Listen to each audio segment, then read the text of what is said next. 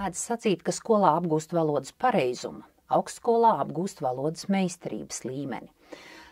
To pašu valodu, ko mēs esam skolā apguvuši, mēs mācāmies padziļināti, pētām vārdu nozīmes, izvērtējam tās, skatāmies, kura būtu vairāk iederīga konkrētajā situācijā un kontekstā, analizējam un domājam, kādi vārdi būtu atbilstoši mūsdienu pasaulē un mūsdienu pasaules kontekstu izpratnei. Ja mēs sevi pasludinām par iekļaujošu sabiedrību, tad ir jārunā arī iekļaujošā valodā.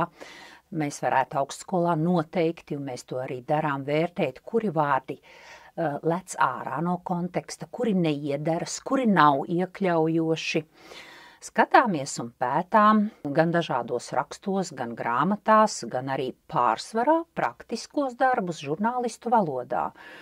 Manu kursu tas pētīšanas objekts ir tieši žurnālistu raidījumi un žurnālistu valoda.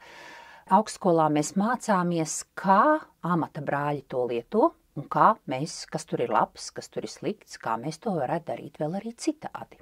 Skolēni, kas nāk pie mums studēt, noteikti jau daudz lasa, daudz raksta un orientējas pasaules un Latvijas notikumu kontekstā.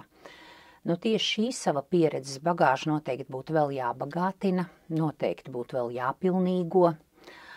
Un tikai tad ar tādu savu zināmu ar savu spriestspēju, ar savu izpratni par noteiktiem jautājumiem, noteikti būs arī vieglāk to formulēt gan vārdos, gan rakstos. Tad arī studēt būs vieglāk.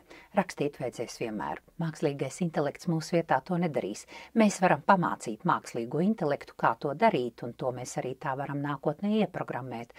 Cilvēku izpratni par valodas attīstību, par sabiedrības attīstību nespēja aizstāt neviens. Es noteikti palieku tādās pozīcijās, ka rakstīt vajadzēs vienmēr, gan tagad, gan arī pēc 100 gadiem.